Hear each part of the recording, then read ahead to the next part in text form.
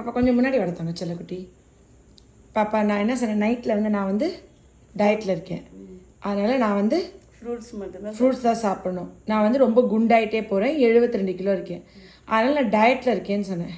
அதனால் நீ எனக்கு டயட்டில் வச்சுருக்கிறது என்னென்னா கடலை, உளுந்தங்களி, நைட்டுக்கு கொய்யாக்காய், பப்பாளி, சர்க்கரை வெள்ளிக்கிழங்கு, சப்போட்டா பழம், மாதுளம் ஜூஸ். இது பேர் டயட்டா பாப்பா? இதை வந்து நைட் நான் சாப்பிட்றதும் ஒரு அண்டா சோறு திங்கிறதும் ஒன்று தானே பாப்பா?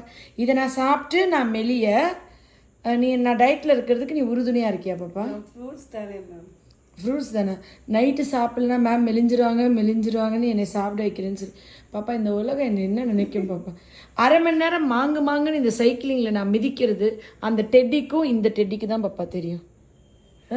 அவ்வளோ கஷ்டப்பட்டு மிதிச்சிட்ருக்கேன்.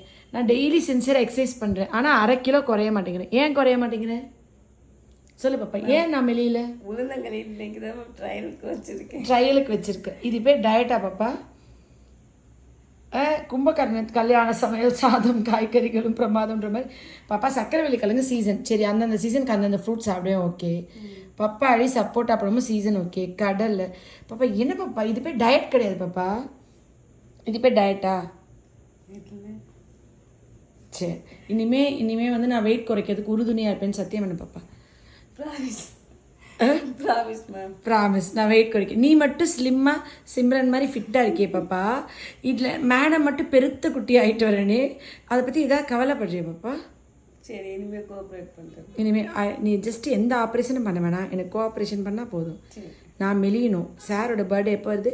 டிசம்பர் 16 வருது. டிசம்பர் 16க்குள்ளே நான் மெலிஞ்சி ஒரு சுடிதார் போடணும்னு ஆசைப்பட்றேன். அது தப்பா பாப்பா? இல்லை மேம். ஓகே.